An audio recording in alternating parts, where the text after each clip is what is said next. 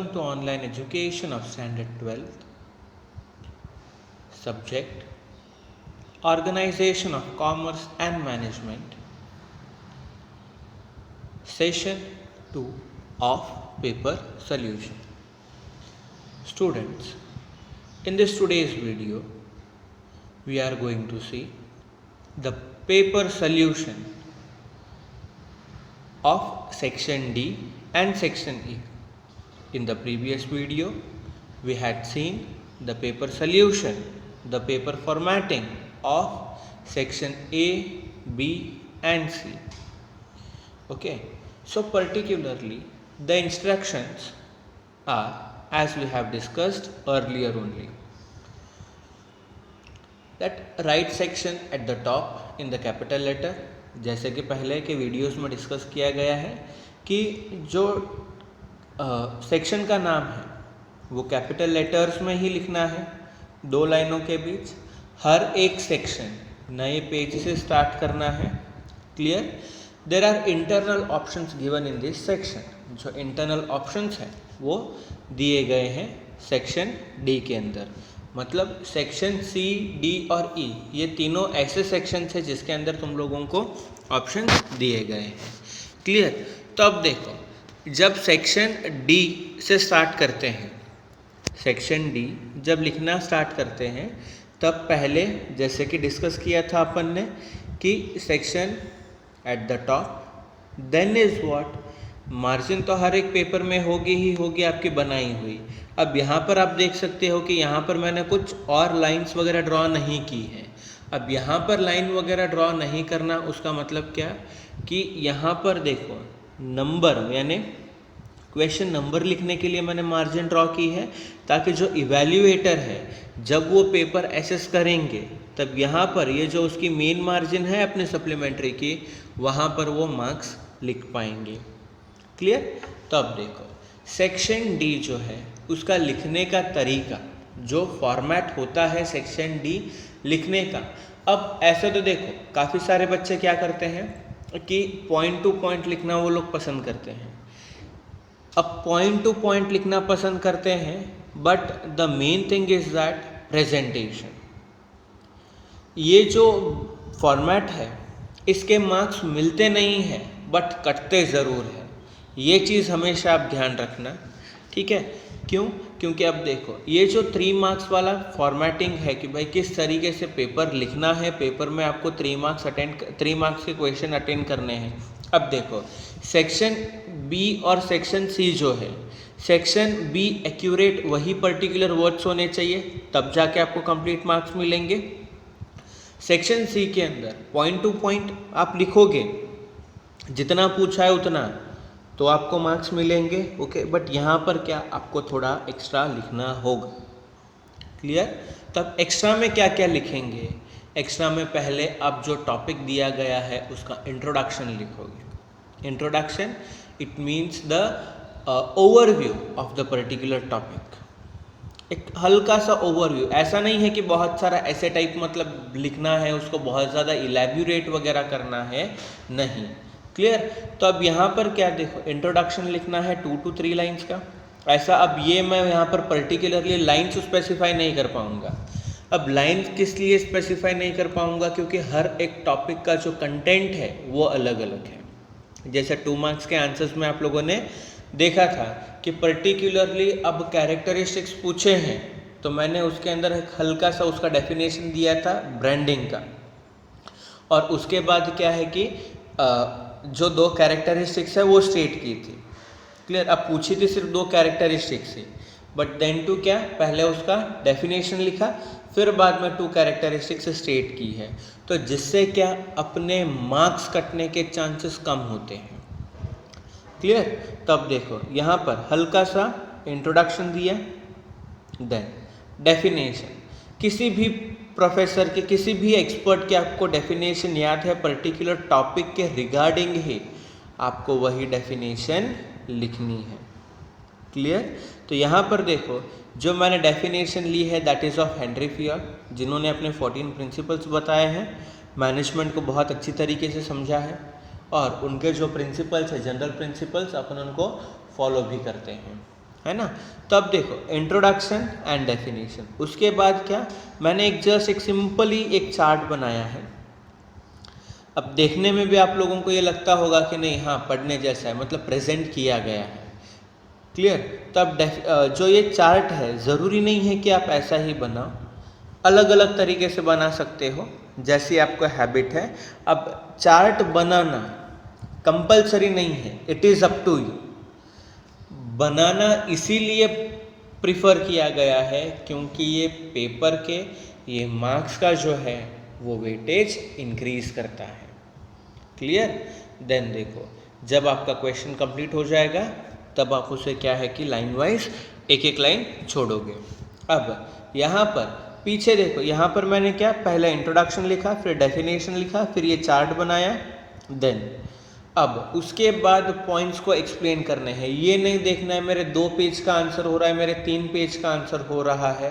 आपको आपके आंसर का कंटेंट पूरा कंप्लीट करना है, ये ध्यान रखना है, क्लियर। क्योंकि जो मार्क्स मिलते हैं वो आपके पर्टिकुलरली पॉइंट के, पर्टिकुलरली उस कंटेंट को कंप्लीट करने के मार्क्स मिलते हैं। 3 मार्क्स में एक्सप्लेन द स्टेटमेंट वगैरह आते हैं, तो आप उसको किस तरीके से इलैबोरेट करके रखोगे, उसके अंदर आप लोग ज़्यादा कंटेंट ऐसा नहीं है कि दे पाओगे। यदि एक्सप्लेन द स्टेटमेंट में आपने बहुत सारा एक्सेस लिखे तो उसके अंदर मार्क्स कटने के चांसेस है, तो वहाँ पर उसको जस्टिफाई करना है उस स्टेटमेंट को, तो आप लोगों को वो भी किस तरीके से लिखना है आगे दिखेगा। तो अब यहाँ पर देखो, जैसे फिर बाद में पॉइंट्स है उनको फिर एक्सप्लेन किया। अब यहाँ पर मैंने 2 पेन का यूज़ किया गया है, पेन का यूज़ किया है मैंने, बट आप लोगों को क्या करना है, आप सिर्फ एक सिंगल ब्लू पेन ही यूज़ कर सकते हो, single pen, black pen use नहीं करना है लिखने में आंसर्स को, ओके। बट यहाँ पर आपको लगता है कि नहीं हमारे पास टाइम है, हम लोग लिख सकेंगे, तो इसलिए क्या कि आप यहाँ पर ये यूज़ कर सकते हो, clear. That is up to you, nothing is mandatory. बस इतना याद ध्यान देना है कि अपना पेपर एकदम नीट एंड क्लीन होना चाहिए, क्लियर। देन अब देखो, अब यहाँ पर कंटेंट आप देख सकते हो कि ये रहा मेरा फर्स्ट पेज आंसर का, then this is the second page and this is the half page of the particular answer. तो यहाँ पर क्या है कि जो मेरा कंटेंट है वो पूरा हुआ है, क्लियर। इस तरीके से मैंने ये 3 मार्क्स का आंसर कंप्लीट किया। अब आप जो है वो मार्किंग ध्यान में रख कर, ऐसा नहीं है लेंथ कोई नहीं देखता है, कंटेंट देखता है, प्रेजेंटेशन देखता है। The first thing is that presentation. Presentation में ज़ोर इसलिए दे रहा हूँ क्योंकि प्रेजेंटेशन ही पहली चीज़ है। इट मीन्स कोई भी पर्टिकुलरली प्रोडक्ट को अपन परचेज करने के लिए जाते हैं, फर्स्ट उसका आउटरनेस देखते हैं, देन फिर बाद में अंदर क्या है वो चीज़ें देखी जाती हैं, क्लियर। अब देखो यहाँ पर सेकेंडली जो मैंने 54 नंबर का क्वेश्चन लिया है, एक्सप्लेन द स्टेटमेंट था 3 मार्क्स के लिए। अब जो एक्सप्लेन द स्टेटमेंट है वो किस तरीके से लिखना है, अब उसके अंदर भी ऐसा नहीं है कि एकदम शॉर्ट में लिख के कंप्लीट कर दिया, नहीं, इसको भी अपने को एक्सप्लेन अच्छी तरीके से करना है, वो यहाँ पर बताया है। देखो अब क्वेश्चन देखते हैं कि क्या है, planning and controlling are 2 sides of the same coin, ये क्वेश्चन है। देन अब इसका आंसर देखो, पहले क्या मैंने यहाँ पर प्लानिंग का डेफिनेशन लिया है, that according to George R Terry function of planning means assumption for the results, policy to follow functions, stages and to decide the method to be followed. Planning का मतलब क्या, planning function of planning is what, पहले तो हम result का assumption करते हैं, फिर उसको उस रिजल्ट को अचीव करने के लिए हम पॉलिसीज फ्रेम करते हैं, पॉलिसीज फ्रेम करने के बाद फंक्शंस को स्टेज बाय स्टेज अरेंज करते हैं कि फर्स्ट स्टेज क्या होना चाहिए, सेकंड स्टेज क्या होना चाहिए, थर्ड स्टेज क्या होना चाहिए। देन अब वो स्टेज को कंप्लीट करने के लिए, एक एक स्टेज को क्रॉस करने के लिए हम मेथड का यूज़ करते हैं। तो यहाँ पर ये डेफिनेशन लिख दी प्लानिंग की। अब कंट्रोलिंग की देखो, मैंने हेनरी फियोल की डेफिनेशन ली है। अब controlling of N undertaking consist of ensuring that everything is being carried out in the accordance with the plan which has been adopted, the orders which have been given, and the principles which have been laid down. Its objective is to point out the mistakes in orders that they may be rectified and prevented from recurring. तो अब यहाँ पर Henry Fayol ने controlling के बारे में क्या बताया कि कंट्रोलिंग एक ऐसा फैक्टर है, एक ऐसा फंक्शन है मैनेजमेंट का जो मिस्टेक्स को बचा के रखता है। मिस्टेक्स को बचा के इट मीन्स कि वो मिस्टेक्स को बार बार रिपीट होने से बचाता है। क्लियर, कि दोबारा वापस से गलती ना हो और जो भी प्लान किया हुआ है उसी के अकॉर्डिंग जो है हमारी चीज़ें सारी कंडक्ट हो रही हैं। क्लियर, ये मैंने दो डेफिनेशंस लिखी। Then the main answer is this कि ये स्टेटमेंट देखो, उसको मैंने ब्लैक पेन से लिखा है ताकि ये थोड़ा सा हाईलाइट हो कि भाई मेन स्टेटमेंट क्या है करके। तो planning and controlling are two very important and interdependent functions of management process. The success of planning depends on controlling. Controlling finds out the deviations, takes necessary corrective actions, and also take business activities in the right direction. Controlling is also not possible without planning. This is because through controlling, it can be ascertained whether the objective of planning are achieved or not. So, where there is no planning, there is no need of controlling. Thus, planning and controlling are two sides of the same coin. अब देखो, definition के अंदर दोनों की अलग अलग definition दी है अलग अलग प्रोफेसर ने, उसको समझा दिया। फिर बाद में वो स्टेटमेंट को किस तरीके से जस्टिफाई किया गया है कि भाई दोनों इंटरडिपेंडेंट फंक्शंस है। जहाँ पर प्लानिंग होगा वहीं पर कंट्रोलिंग होगा, और जहाँ कंट्रोलिंग होगा वहाँ प्लानिंग पहले से ही होगा। क्लियर, तो ये चीज़ मेन है। देन नेक्स्ट, कंट्रोलिंग क्या रोल प्ले करता है। कंट्रोलिंग जो है प्लानिंग से जो किया हुआ है वो एक करेक्टिव वे में हो रहा है या नहीं, अपना ऑब्जेक्टिव उस तरीके से अचीव होगा कि नहीं, वो उसको ध्यान में रखता है। इसलिए इनको दोनों को two phases of the same coin कहा गया है। देन देखो, अब क्वेश्चन नंबर जो 51 है वो यहाँ पर लिखा है मैंने, that is of diagram. Okay, कि भाई फंक्शनल ऑर्गेनाइजेशन का डायग्राम ड्रॉ करना है। तो फंक्शनल ऑर्गेनाइजेशन का ये जो डायग्राम दिया, मतलब बताया है कि draw the diagram of functional organisation. उसके लिए आपके आंसर को कंप्लीट मार्क्स लाने के लिए पहले छोटा सा शॉर्ट इंट्रोडक्शन दोगे। उसके बाद ये देखो इस तरीके से चार्ट ड्रॉ करना है। यदि कंप्लीटली एक पूरा पेज आप यूज़ कर सकते हो क्योंकि वो अच्छे तरीके से बन सके। अब प्रेजेंट करने के लिए यहाँ पर क्या देखो, मैंने डॉल्स को भी बताया है कि भाई टॉप लेवल में कम लोगों की ज़रूरत होती है, तो वैसे ही वापस से ये जो टॉप लेवल में देखो ये रहा टॉप लेवल, ये रहे middle level and this is the bottom level. Clear, तो उस अकॉर्डिंग जो है ये मैंने रिप्रेजेंट किया है। ये जो डॉल्स बनाए हैं वो आपके आंसर को और भी मतलब नीट एंड क्लियर करते हैं।